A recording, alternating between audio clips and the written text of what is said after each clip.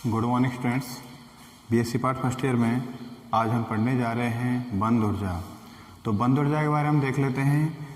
Organic chemistry में ये unit first का जो भाग चल रहा है और बॉन्ड एनर्जी बंद ऊर्जा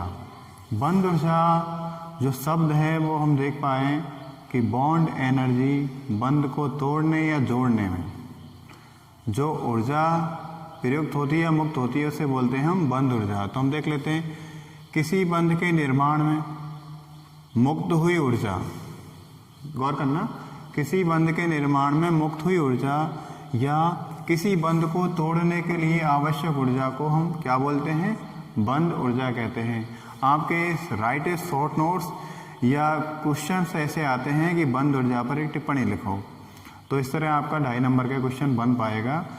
तो आप देख सकते हैं किसी बंध के निर्माण में, निर्माण कौन सी पे ध्यान रखें, किसी बंध के निर्माण में मुक्त हुई ऊर्जा या तोड़ने के लिए आवश्यक ऊर्जा, दो चीज़ें। तोड़ने के लिए आवश्यक ऊर्जा को हम बंद ऊर्जा कहते हैं। दोनों को निर्माण में मुक्त हुई ऊर्जा, निर्माण में तो क्या होगा, ऊर्जा मुक्त होगी, ये बात नोटिस करना, निर्माण में ऊर्जा मुक्त होगी और तोड़ने के लिए ऊर्जा आवश्यक होगी। तो तोड़ने के लिए ऊर्जा युक्त होगी, युक्त जरूरी, और निर्माण के लिए मुक्त होगी।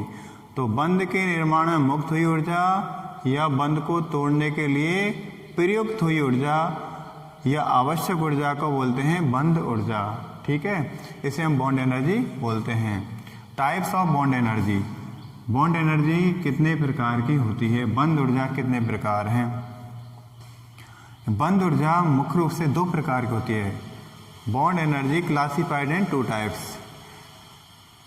नंबर 1 बोले तो वियोजन एनर्जी या डिसोसिएशन ऊर्जा, और नंबर 2 बोलेंगे बॉन्ड एनर्जी।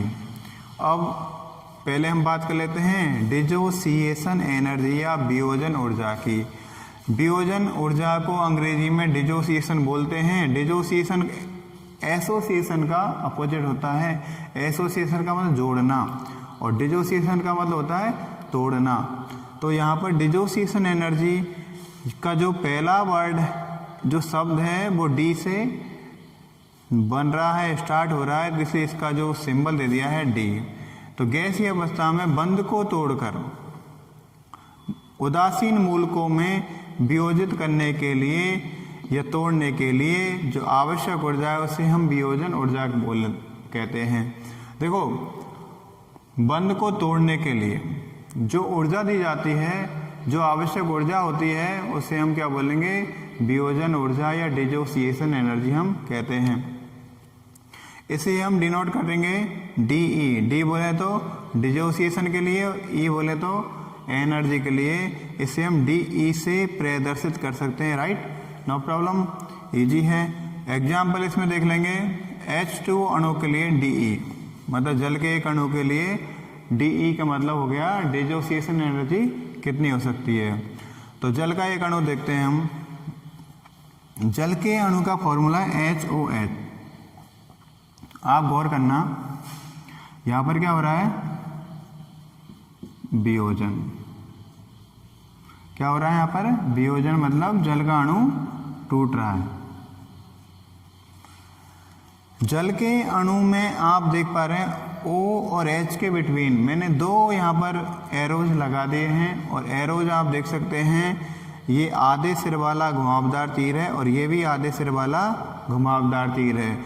तो आधे सिर वाला घुमावदार तीर एक बंध के दोनों इलेक्ट्रॉनों को एक समान होमोलाइटिक फिशन या समान से विखंडन करता है। इसमें होता क्या है, बंध में जो 2 इलेक्ट्रॉन प्रयुक्त होते हैं, जो बॉन्डिंग में 2 इलेक्ट्रॉन भाग लेते हैं, उसका एक एक इलेक्ट्रॉन उस तरफ या उस दिशा में ये ले जाते हैं या विस्थापित कर देते हैं जिस तरफ इसका नुकीला अर्ध सिरा होता है।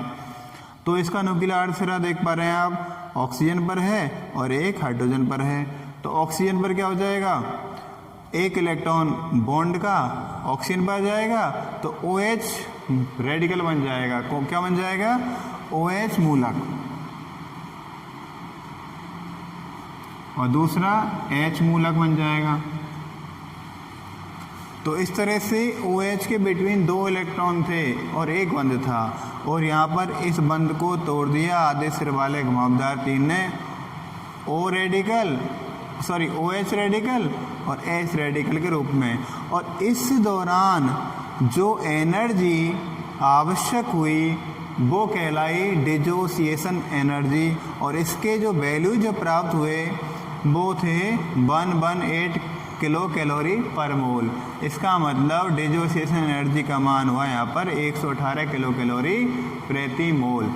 तो हम देख सकते हैं जल के अणु में O और H के बंध को तोड़ने के लिए जो ऊर्जा प्रयुक्त की गई थी उसका जो मान था वो था 118 किलो कैलोरी प्रति मोल। अब चूँकि H तो मूलक में चेंज हो गया है, लेकिन O और H के बिटवीन अभी भी एक बॉन्ड है, तो इस बॉन्ड को तोड़ने के लिए क्या किया गया, पुनः इसका वियोजन किया गया, पुनः इसको एक एनर्जी प्रयुक्त की गई तोड़ने के लिए। तो हम दोबारा देख लेते हैं, H और OH के मध्य में एक बॉन्ड है और इस बॉन्ड में भी 2 इलेक्ट्रॉन यहाँ पर पार्टिसिपेट कर रहे हैं। तो यहाँ पर देख पा रहे हैं हम, यहाँ पर भी आधे सिर वाला घुमावदार तीर H की तरफ आ रहा है, इसका नुकीला सिरा, और एक नुकीला सिरा जा रहा है दूसरे आधे सिर वाले घुमावदार तीर का O की तरफ। तो कुल मिलाकर H और O बॉन्ड टूटता है और H मूलक और O मूलक दोबारा बन जाता है। तो यहाँ पर O के पास, तो इस तरह से इस दौरान O और H के बॉन्ड को वियोजन करने के लिए जो एनर्जी प्रयुक्त होती है उसके वैल्यूज कितने होते हैं, 100 किलो कैलोरी पर मोल। कितने होते हैं, 100 किलो कैलोरी पर मोल। तो आपने देखा वियोजन एनर्जी क्या है, किसी बंध को तोड़ने के लिए जो ऊर्जा आवश्यक होती है, जो ऊर्जा प्रयुक्त होती है, जो एनर्जी रिक्वायरमेंट होती है, उसे बोलते हैं हम वियोजन ऊर्जा या डिसोसिएशन एनर्जी। क्लियर हुआ ये बात? मैं समझता हूँ आपको क्लियर हो चुका होगा। अब इसके बाद हम देख लेते हैं सेकंड जो इसका टाइप है वो है बॉन्ड एनर्जी। 2 टाइप्स की बॉन्ड एनर्जी होती है, लेकिन इसमें पहला जो प्रकार था वो था डिसोसिएशन एनर्जी, और इसका सेकंड जो टाइप हम पढ़ने वाले हैं वो है बॉन्ड एनर्जी। अब बॉन्ड एनर्जी क्या है इसके बारे में हम देख लेते हैं सेकंड टाइप में। तो दूसरा टाइप है बॉन्ड एनर्जी। बॉन्ड एनर्जी मतलब बंध ऊर्जा। अब यहाँ पर कंफ्यूज बिल्कुल नहीं होना है आपको कि सर हम तो बॉन्ड एनर्जी पढ़ रहे हैं। बॉन्ड एनर्जी 2 प्रकार की है भाई, एक तो तोड़ने वाली ऊर्जा और एक जोड़ने वाली ऊर्जा। कौन सी ऊर्जा होगी, साधारण शब्दों में बात कर रहा हूँ। एक तो तोड़ने वाली ऊर्जा, तोड़ने के लिए जो ऊर्जा दी जाती है उसे वियोजन ऊर्जा या डिसोसिएशन एनर्जी कहते हैं, और एक हो जाएगी जोड़ने वाली ऊर्जा जो जोड़ने के लिए प्रयुक्त होती है। बॉन्ड को जोड़ना है, तोड़ना ही नहीं है, बॉन्ड जुड़ना भी चाहिए, बंध बनना भी बहुत ज़रूरी है। तो इस तरह से यहाँ पर जो सेकंड जो एनर्जी है वो हो जाएगी बॉन्ड एनर्जी या बंध ऊर्जा, और दोनों को हम कंपलसरी जो स्टडी करते हैं इसलिए इसको दे दिया गया नाम बंध ऊर्जा। तो यहाँ पर देख सकते हैं किसी बंध के निर्माण में प्रयुक्त ऊर्जा, मुक्त ऊर्जा, और तोड़ने के लिए आवश्यक ऊर्जा। तो इसमें देख लें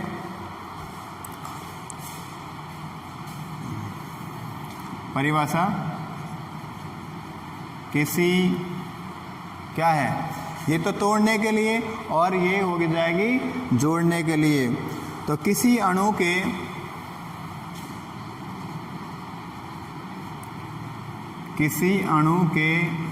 विभिन्न बंधों की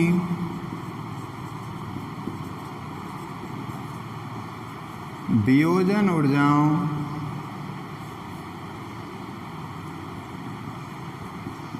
DE का औसत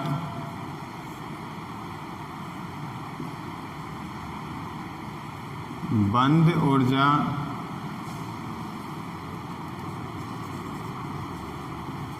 बॉन्ड एनर्जी BE कहलाती है।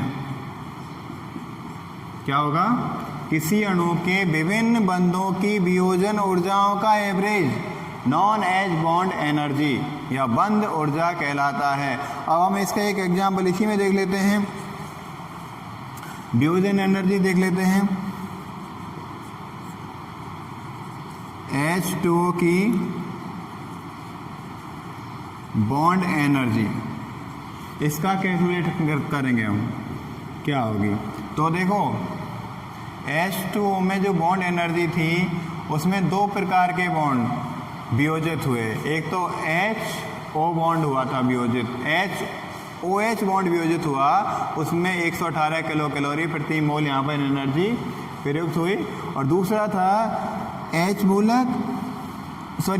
मूलक और H, मतलब OH बॉन्ड जो डिसोसिएट हुआ, वियोजित हुआ, उसमें प्रयुक्त हुई ऊर्जा 100 किलो कैलोरी प्रति मोल। तो कुल मिलाकर इसकी जो वियोजन ऊर्जाओं का एवरेज होगा वो हो जाएगा H2 की कुल DE बराबर क्या हो जाएगा, 118 किलो कैलोरी पर मोल प्लस 100 किलो कैलोरी पर मोल। तो बटे ये तो हो जाएगा कुल डी। तो बी क्या हो जाएगा, H2O की BE का मतलब बॉन्ड एनर्जी कितना हो जाएगी, 118 प्लस 100 और बटे 2 कितना हो जाएगा, 218 बटे 2 बराबर 109 किलो कैलोरी प्रति मोल। तो H2O की जो बॉन्ड एनर्जी का मान कितना हो जाएगा, 109 किलो कैलोरी प्रति मोल।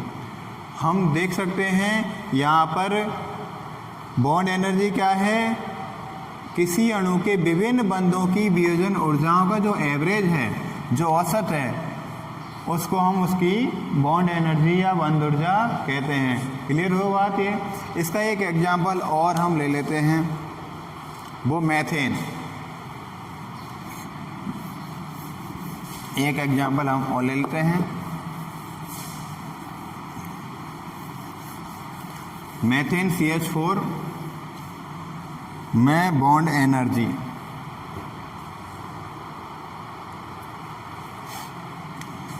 एग्जाम्पल सेकंड, मीथेन CH4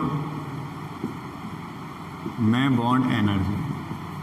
इसको कैलकुलेट करें तो हम क्या देखेंगे, ध्यान देना जो बंद ऊर्जा है वो वियोजन ऊर्जा पर निर्भर करेगी, इस बात को नोटिस कर लेना। CH4 के लिए DE बराबर हो जाएगा C+4H, ठीक है, C+4H, और ये है लगभग 398 किलो कैलोरी प्रति मोल। CH4 के लिए बंद जो तोड़ने वाली ऊर्जा है, वियोजन करने वाली ऊर्जा है, वियोजन ऊर्जा है, उसका मान है, क्योंकि CH4 में 4 बॉन्ड हैं हाइड्रोजन के साथ कार्बन के, तो चारों को तोड़ने के लिए यहाँ पर लगभग 398 किलो कैलोरी प्रति मोल एनर्जी की आवश्यकता होती है, जिसे हम क्या बोलते हैं, वियोजन ऊर्जा। तो यहाँ पर हम देख लेते हैं, अब इसकी एवरेज तो हम पता लग जाए कितने बॉन्ड टूटे हैं CH4 में, 4 बॉन्ड टूट रहे हैं। In a CH4 molecule 4 bonds are breaking. यहाँ पर कितने बॉन्ड टूट रहे हैं, 4 बॉन्ड टूट रहे हैं। तो हम यहाँ पर देख लेते हैं CH4 की बॉन्ड एनर्जी क्या हो जाएगी, 398/4 किलो कैलोरी पर मोल। तो इसका कितना हो जाएगा, 4 9 36 और कितना हो जाएगा, 3 बचे 99.5 किलो कैलोरी पर मोल। तो CH4 4 कहाँ से आया, 4 जो वैल्यू है वो कहाँ से आई, 4 वैल्यू यहाँ से आई कि CH4 में 4 बॉन्ड थे, जो कार्बन के साथ 4 हाइड्रोजन है। तो इस तरह से 1 2 3 4 बॉन्ड थे तो एक CH को तोड़ने के लिए ऊर्जा, दूसरे CH को तोड़ने के लिए ऊर्जा, तीसरे CH को तोड़ने के लिए ऊर्जा, चौथे CH को तोड़ने के लिए ऊर्जा। तो टोटल जो एनर्जी यहाँ पर वियोजन ऊर्जा थी उसका जो टोटल मान था वो 398 किलो कैलोरी पर मोल। तो इस तरह इसका एवरेज निकालने के लिए हमें 4 का जो मल्टीप्लाई करना पड़ा, तो 4 जो वैल्यू कहाँ से आई, 4 वैल्यू थी 4 बॉन्ड की, तभी जाके इसका एवरेज कैलकुलेट होता है। तो यहाँ पर CH4 की बंद ऊर्जा का मान 99.5 किलो कैलोरी प्रति मोल होगा। तो इस तरह आज हमने स्टडी किया था बंद ऊर्जा। और बंद ऊर्जा किसी बंध को तोड़ने के लिए आवश्यक ऊर्जा, व उस बंध को जोड़ने के लिए प्रयुक्त ऊर्जा, बंध को जोड़ने के लिए मुक्त ऊर्जा, तोड़ने के लिए तो आवश्यक ऊर्जा या प्रयुक्त ऊर्जा, और जोड़ने के लिए मुक्त ऊर्जा, उसे हम बोलते हैं बंध ऊर्जा। तो बंध ऊर्जा के 2 प्रकार थे, एक तो वियोजन ऊर्जा और दूसरा बंध ऊर्जा।